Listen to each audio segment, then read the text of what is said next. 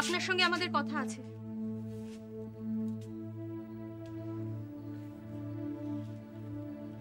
এইভাবে বিনা অনুমতিতে আমার ঘরে ঢোকার অভদ্রতাটা কে শিখিয়ে দিল? মদন ঘোষ। মদন ঘোষ হবে কেন? ওনার কথা আসছে কেন? আমরা এসেছি আমাদের কথা বলতে। আমাদের কথা মানে সবাই মিলে একসঙ্গে বলবেন নাকি? আর আপনারা মুখে না বললেও আমি কিন্তু জানি যে আপনাদের পেছনে কে রয়েছে। কে থাকবে?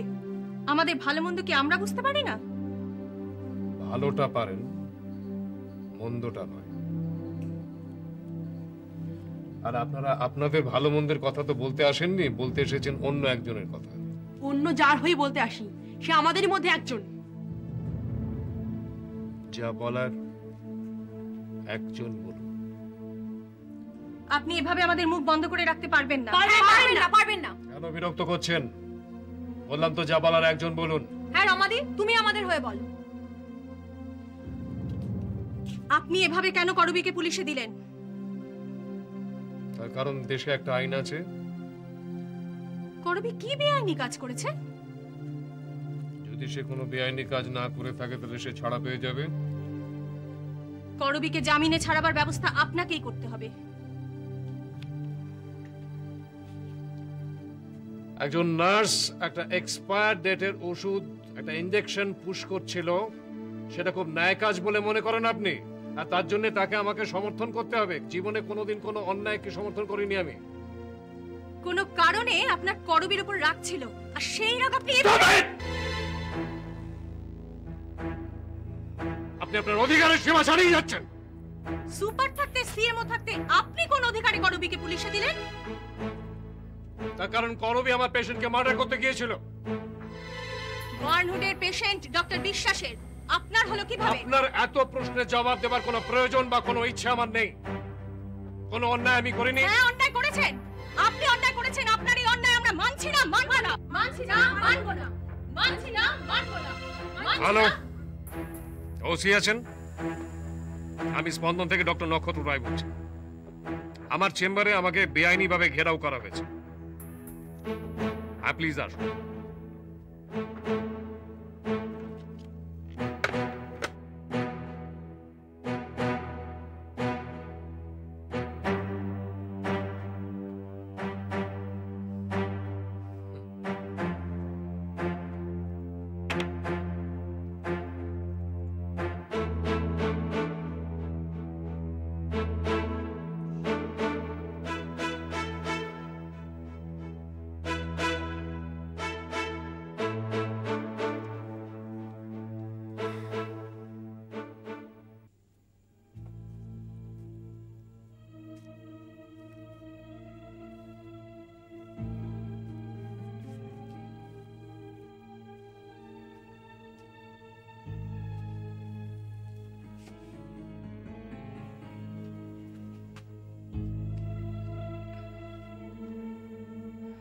গো, কি ব্যাপার বলো তো? সকাল থেকেই দেখছি কেমন যেন টেনশনে আছো মনে হচ্ছে। কি হয়েছে গো? তোমার পার্টিতে কোনো গোলমাল হয়নি তো? না না, পার্টিতে এখন আমি যে লেভেলে আছি তাতে আমার অব্দি গন্ডগোল এসে পৌঁছয় না। তাহলে কি হয়েছে? কেমন ছটফট ছটফট করছো? তোমার হাসপাতালের ওই লোক দুটো যে মানিক, ব্রজলাল, ওরা কোনো ঝামেলা পাকায়নি তো? মানিক, ব্রজলাল ওরা ক্লাস 4 স্টাফ। ওদের সাহস আছে ইউনিয়ন সেক্রেটারির সঙ্গে ঝামেলা করার? কিন্তু তাহলে কি হলো? বিকেল গড়িয়ে এলো, তোমার টেনশন তো একটুও কমতে দেখছি না। আমার কোনো টেনশন নেই। টেনশন নেই? না। কখন আমি চাটা দিয়ে গেছি, একটা চুমুক পর্যন্ত দাওনি, বলছো টেনশন নেই। আমি ভুলে গেছিলাম চাটা খেতে। সেইটাই তো বলছি, কি হয়েছে কি? মনটা কোথায় তোমার? আচ্ছা তোমার মনটা কোথায় বলো তো? কেন? আজকের দিনটা তুমি ভুলে গেলে কেন? আরে আজকে তো রমেশ খান্নার ওই মার্ডারের রায় বেরোবার কথা। ও, আজই 27 তারিখ না? তাই তো আমি একদম তারিখটা গুলিয়ে ফেলেছিলাম। ঠিকই তো, কি করে ভুলে গেলাম বলো তো? ছিছি, ওর কিছু ভালো লাগছে না, জানো তো, কিচ্ছু ভালো লাগছে না। চাটাও খেতে ইচ্ছে করছে না। থেকে রায়টা বেরোবে, ছেলেটা জীবনটা এই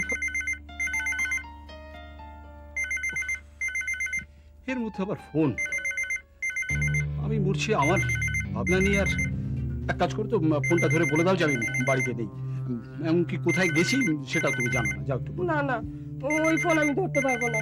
তোমার পার্টির কেউ হবে, তারপর আমি কি বলতে কি বলবো তুমি বকো। ঠিক আছে, তোমাকে ধরতে হবে। হ্যাঁ, ধরো। আশ্চর্য, একটা ফোন ধরতে বলছি তাও। হ্যালো। শশাঙ্ক বাবু, আমি দেবব্রত চ্যাটার্জি কথা বলছি। হ্যাঁ বলুন, কেমন আছেন আপনি? ভালো।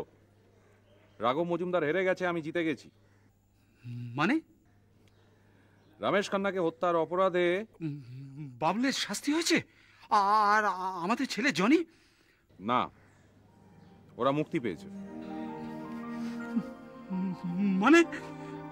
মানে রমেশ খান্নার হত্যার অপরাধে রাঘব মজুমদারের যাবজ্জীবন কারাদণ্ড হয়েছে। কি বলছেন আপনি? আমি নয়, কোর্টের ভার্ডিক্ট বলছে। হ্যাঁ গো, শুনছো? জনি নির্দোষ প্রমাণ হয়েছে। হ্যালো, হ্যাঁ বলুন। হ্যাঁ হ্যাঁ,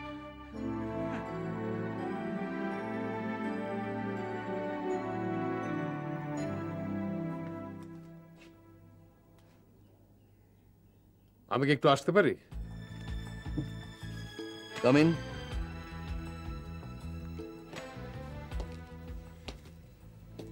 আমি আপনার সঙ্গে একটা কথা বলতে চাই। কথা মানে তো জবাব দি। না, আমি আজকে কোনো জবাব চাইতে আসিনি। হাসপাতালের ব্যাপারে কয়েকটা কথা জানাতে এসেছি আপনাকে। ওয়েল ডক্টর রয়, আপনি শুরু করার আগে আমি আপনাকে কয়েকটা কথা বলতে চাই। হ্যাঁ বলুন। আপনি এতদিনে আমার নেচারটা ঠিক কিরকম সেটা নিশ্চয়ই খানিকটা বুঝেছেন। বসুন। Thank you. আমি আপনার কথাটা ঠিক বুঝতে পারলাম না। বুঝিয়ে দিচ্ছি। দেখুন, আমার মাথার ভেতরে একটা ছাঁকনি আছে, যে যখন যা বলে তা সেই ছাঁকনির ভেতর দিয়ে অনেকটাই তলায় চলে যায়, আর যেটুকু ওপরে থাকার শুধু সেটুকুনি থাকে। দ্বিতীয়ত, আমি যে কোনো কথাই সংক্ষেপে টু দ্য পয়েন্ট শুনতে ভালোবাসি। তৃতীয়ত, আপনি নিজেই কিন্তু সংক্ষেপে আপনার কথা শেষ করতে পারছেন না। বল, আপনি শুরু করুন, তবে শেষটা যেন সংক্ষেপে হয়। সরি, এই ধরনের বাইন্ডিংসের মধ্যে কথা বলতে আমার খুব অসুবিধা হয়। আর যদি এটা মনেই হয় যে আমি অকারণে বিস্তারিত কথাবার্তা বলি, তাহলে কিন্তু আমি যথেষ্ট বিব্রত বোধ করছি। ওয়েল, ঠিক আছে, আপনি বলুন। দেখুন, স্পন্দনের অ্যাডমিনিস্ট্রেটিভ সাইড দিন দিন কিন্তু ডেটোরিয়েট করছে। ব্লাড ব্যাংকে স্টক থাকে না, সিকিউরিটি ডিপার্টমেন্ট তাদের কাজ ঠিক মতো করে না, যে কোনো সময়ে যে কোনো লোক যার তার ঘরে ঢুকে পড়ছে। এর জন্য আপনি কাকে দায়ী করেন? সরাসরি আপনাকে নয়, আবার আপনাকেও বটে। কথা জাগলানি আমি পছন্দ করি না ডক্টর রায়। তাহলে আবারও একটু বিস্তারিতই বলতে হচ্ছে। যে সমস্ত ডিপার্টমেন্টের কথা আমি বললাম তার প্রত্যেকটিতে একজন করে হেড আছেন। তাদের মাথায় আছেন সুপার, তার মাথায় আপনি। সুতরাং সমস্ত ঘটনা প্রবাহ কিন্তু শেষ পর্যন্ত আপনার কাছেই পৌঁছচ্ছে। ডক্টর রায়, আপনার সম্বন্ধে অনেক কথা শুনতে পাচ্ছি। ডিসিশন আপনার। আবার ধন্যবাদ দেওয়ার কর্তব্যটাও বোধহয় আমার। কিছুদিন আগে একটি শিশুকে আপনি রক্ত দিয়ে বাঁচিয়েছিলেন, তার জন্য আপনাকে ধন্যবাদ। আর ফোন করে আমার কাছে অভিযোগ করেছিলেন ব্লাড ব্যাংকে এই পজিটিভ রক্ত না থাকার জন্যে। আমি ঘটনাটা ঠিক মেনে নিতে পারিনি। I sorry. না না, আমি কিছু মনে করিনি। ছাঁকনির ওপরে থেকে গেছে আপনার মহত্বটা, তলায় চলে গেছে অভিযোগ। ও, তার মানে আমার অভিযোগগুলো আপনি বাতিল করে দিচ্ছেন? না না, আপনার অভিযোগ বাতিল করিনি। বাতিল হয়ে গেছে আপনার কটু কথা, ধমক ইত্যাদি। আসলে বয়স হয়ে গেছে তো, ধমক টমক শুনলে বুকের ভেতর প্যালপিটেশন শুরু হয়ে যায়। I am sorry sir, sorry.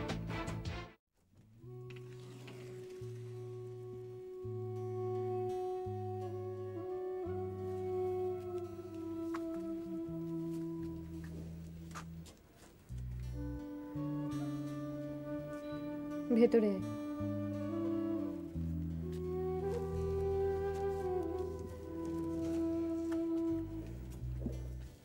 কতদিন পর বাড়ি ফিরলি?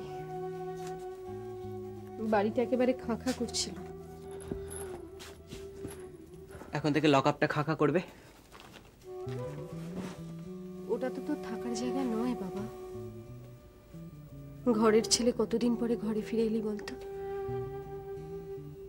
কিন্তু এই ঘরটা কি আমাকে মেনে নেবে মা? ওই বাথরুমের দেয়ালে হয়তো এখনো রক্তের দাগ লেগে আছে। না বাবা, সব ধুয়ে মুছে গেছে। এখন থেকে শুধু এই বাড়িতে তুমি আর আমি থাকবো, আর থাকবে আমাদের সুন্দরভাবে বেঁচে থাকার একটা সুন্দর ছবি। আচ্ছা মা, রুনু আঙ্কেল কেন এরম করলো? রুনু আঙ্কেল বোধহয় তার 18-19 বছরের জীবনটা এখনো ভুলতে পারেননি। এই বয়সের ভুলটা উনি... ভুল আর ঠিকের হিসেবটা আমার কাছে জট পাকিয়ে যাচ্ছে। মানে? এতক্ষণে আমি রমেশ খান্নার আসল খুনির হদিশ পেলাম, আর সেটা জানাবার জন্য ঊর্ধ্বশ্বাসে আপনাদের বাড়িতে এলাম। সে কে?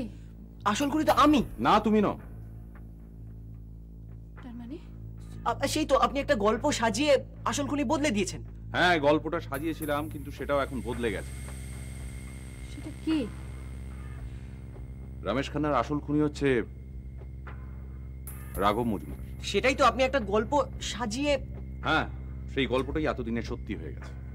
দেখুন, আমি আপনার কথা কিছু বুঝতে পারছি না। বুঝতে পারবেন? আগে আপনারা বসুন বসুন বসুন, আমি সব বুঝিয়ে বলছি।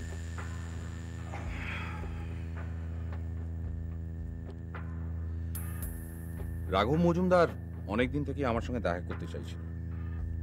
হয়তো আমাকে কিছু একটা বলার ছিল, কিন্তু আমি সময় করে উঠতে পারছি না। তারপর? আজকে কোর্টের রায় বেরোনোর পর ওকে যখন প্রিজন ভ্যানে তোলার জন্য নিয়ে যাওয়া হচ্ছে, সে সময় হঠাৎ করেই আমার সঙ্গে দেখা হয়েছে। তখনই ও আমাকে আসল ঘটনাটা বলে। ঘটনাটা কি? আচ্ছা, আপনি কি জানেন যে যেদিনকে রমেশ খান্না খুন হয় সেদিন রাঘব মজুমদার এই বাড়িতে এসেছিল? কখন? রাত্রে। ও বেডরুমে ঢুকতে যাচ্ছিল, কিন্তু হঠাৎ করে আপনাকে আর রমেশ খান্নাকে কম্প্রোমাইজিং পজিশনে দেখে লুকিয়ে পড়ে। ওর মাথায় আগুন জ্বলে যায়। ও ঠিক করে রমেশ খান্নাকে সরিয়ে ফেলতে হবে। তারপর? একটা সময় রমেশ খান্না বাথরুমে যায়। রাঘব মজুমদার ওর পিছনে পিছনে বাথরুমে ঢুকতে গিয়ে দেখে বাবুল বাথরুমের মধ্যে লুকিয়ে আছে। কি করবে বুঝতে পারে না, নিচে লুকিয়ে পড়ে। হঠাৎ দেখে বাবুল একটা ভারী কিছু নিয়ে রমেশ খান্নার মাথার পিছনে আঘাত করলো। রমেশ খান্না মাটিতে লুটিয়ে পড়ে। এই ঘটনাটাই তো সত্যি। এরপরেও আরো একটা ঘটনা আছে। সেটা কি? সেটাই সত্যি ঘটনা, আর তার পিছনেই লুকিয়ে আছে সত্যিকারের আততায়ী। সে কে? রাঘব মজুমদার। রমেশ খান্না তখনও বেঁচে ছিল, উঠে বসার চেষ্টা করছিল। রাঘব মজুমদার পিছন থেকে গিয়ে সেই ভারী জিনিসটা দিয়ে আবার রমেশ খান্নার মাথায় মারে। এইবারে রমেশ খান্না সত্যি সত্যি মরেছে। এটাই হচ্ছে আসল ঘটনা। প্রিজন ভ্যানে ওঠার সময় রাঘব মজুমদার আমাকে এই পুরো ঘটনাটা বলে। তারপর একটা রহস্যময় হেসে আমায় বলে, মিস্টার দেবব্রত চ্যাটার্জি, এই ম্যাচটা কিন্তু আমি জিতলাম। ম্যান অফ দ্য ম্যাচ কিন্তু আমি। জীবনে অন্তত একটা বার আমি আমার সংসার, আমার স্ত্রী পুত্রের জন্য কিছু তো একটা করে যেতে পারলাম।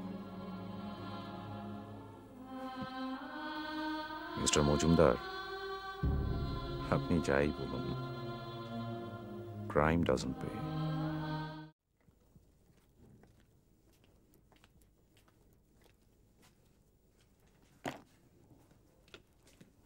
কেমন স্যার?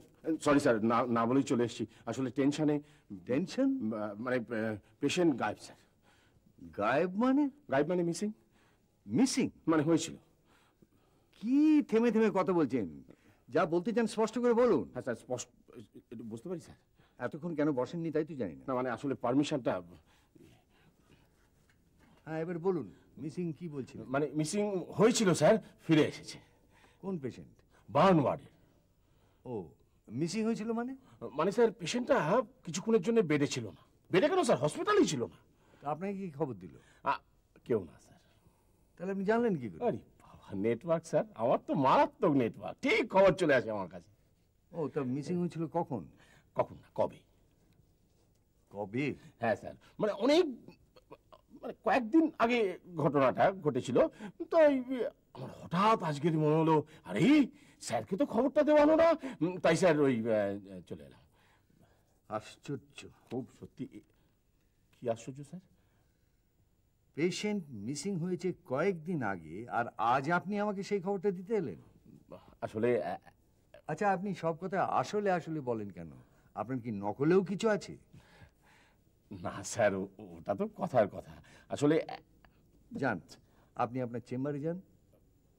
ওই বার্ন ওয়ার্ডের ডক্টর বিশ্বাসকে বলবেন আমার সঙ্গে যেন ইমিডিয়েটলি যোগাযোগ করে। ঠিক আছে স্যার, ঠিক আছে স্যার।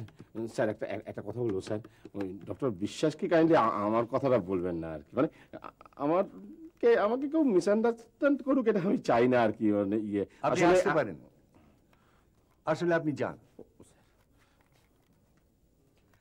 হ্যাঁ, আমি ডক্টর নির্বাণ লাহিড়ির কথা বলছি। কি হলো, আপনারা তো আপনাদের স্টেটমেন্টই পাঠালেন না। না না, তার জন্য তো অনেক সময় পেয়েছেন। পরশু মানে ফ্রাইডে। ঠিক আছে, দেখি এবার আপনারা কথা রাখতে পারেন কিনা। But this is your last chance, please remember that.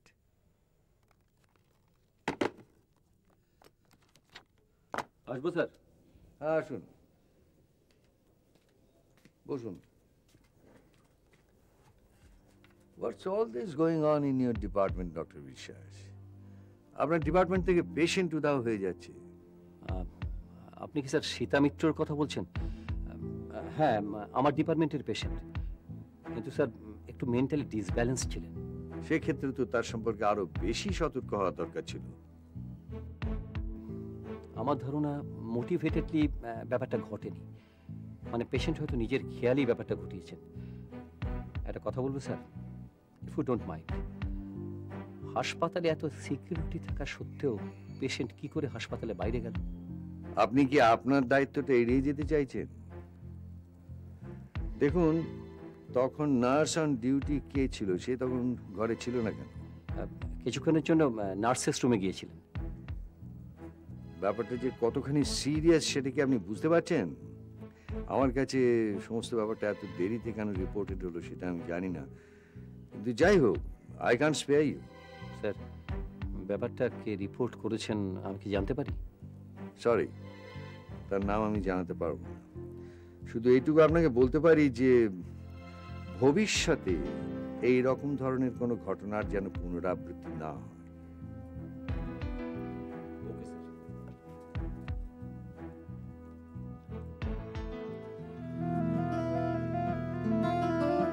জীবনের পথ এটা